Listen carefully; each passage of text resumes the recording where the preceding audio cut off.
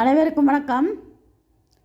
Tamil KSR சேனலில் நாம் பார்க்கக்கூடிய பகுதி 10ஆம் வகுப்பு தமிழ் பாடப்பகுதி. அதில் இயல் 7 ஏழாவது இயலில் சிலப்பதிகாரம் என்று சொல்லக்கூடிய செயல் பகுதியில் உள்ள கற்பவை கற்றபின் என்று வினாவும் விடையும். அதில் 2 வினாக்கள் கொடுக்கப்பட்டிருக்கு. முதல் வினாவை பார்ப்போம். முதல் வினா, சிலப்பதிகார கதை சுருக்கத்தை அறிந்து வந்து வகுப்பறையில் கூறுக. அதாவது அந்த செய்தியை மற்றவர்களிடம் கேட்டு தெரிந்து கொண்டு வகுப்பறையில் இருக்கின்ற மற்ற மாணவர்களுக்கு சொல்லுவதைப் போல இந்த பகுதி அமைந்திருக்கின்றது. சிலப்பதிகாரம் ஐம்பெருங்காப்பிய நூல்கள் ஒன்று. எழுதிய ஆசிரியர் இளங்கோவடிகள். சித்திலை சாத்தனாரின் மூலம் நடந்த கதையை கேட்டு இளங்கோவடிகள் இக்காப்பியத்தை படைத்தார். அதனுடைய கதை சுருக்கம் பார்ப்போம். காவிரிப்பூம்பட்டினத்தில் பெருவணிகன் மாசாத்துவான் மகன் கோவலன். இவன் காவிரிப்பூம்பட்டினத்தில் பெருவணிகன் மாநாய்க்கனின் மகள் கண்ணகியை மனையறம் பூண்டு இல்லற வாழ்வில் இணைந்தனர்.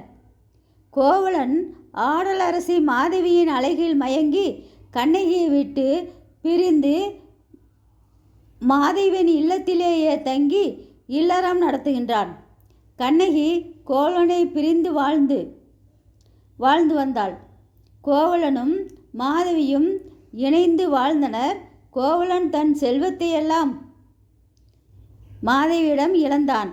மாதவியிடம் இந்திர விழாவில் காணல் வரி பாடல் பாடி இருவரும் பிரிகின்றனர். கோவலன் மீண்டும் கண்ணகியிடம் அடைக்கலம் புகுந்தான். இழந்த செல்வத்தை மீட்டிட மதுரையில் சென்று இல்லறம் வாழலாம் என்று நினைத்து தன் மனைவி கண்ணகியை அழைத்து கொண்டு மதுரை வருகிறான் கோவலன். அவர்களுக்கு வழிகாட்ட கவுந்தியடிகள் என்னும் சமணத் துறவி உதவினார்.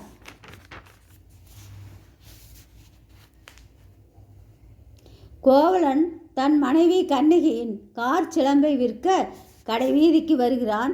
அங்கிருக்கும் பொற்கொல்லன் சிலம்பினை பார்த்து பாண்டிய மாதேவியின் கார் சிலம்பை திருடியவன் என்று பட்டம் சுமத்தினான்.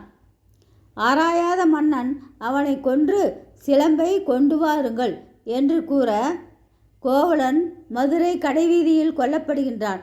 தன் கணவன் கொலை செய்யப்பட்டான் என்ற செய்தியை கண்ணகி அறிய பாண்டிய மன்னனின் அரண்மனை நீதி கேட்டு அழுதாள் கண்ணகி. தன் கணவன் கல்வனன் என்று உரக்க பேசினால் தன் கார் சிலம்பினை உடைத்து பாண்டியனின் தவறை உணரச் செய்தாள்.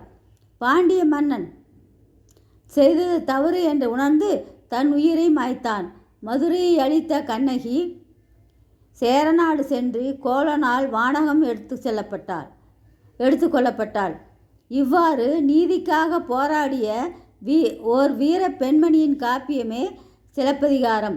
இக்காப்பியம் 3 உண்மைகளுக்காக பாடப்பட்டது. அரசியல் பிழைத்தோர்க்கு அறம் கூற்றாகும். உரைசால் பத்தினியை உயர்ந்தோர் ஏத்துவர். ஊழ்வினை உறுத்து வந்து ஊட்டும் என்ற 3 நீதிகளை இந்த காப்பியம் எடுத்துணர்கிறது. இது கதை சுருக்கம்.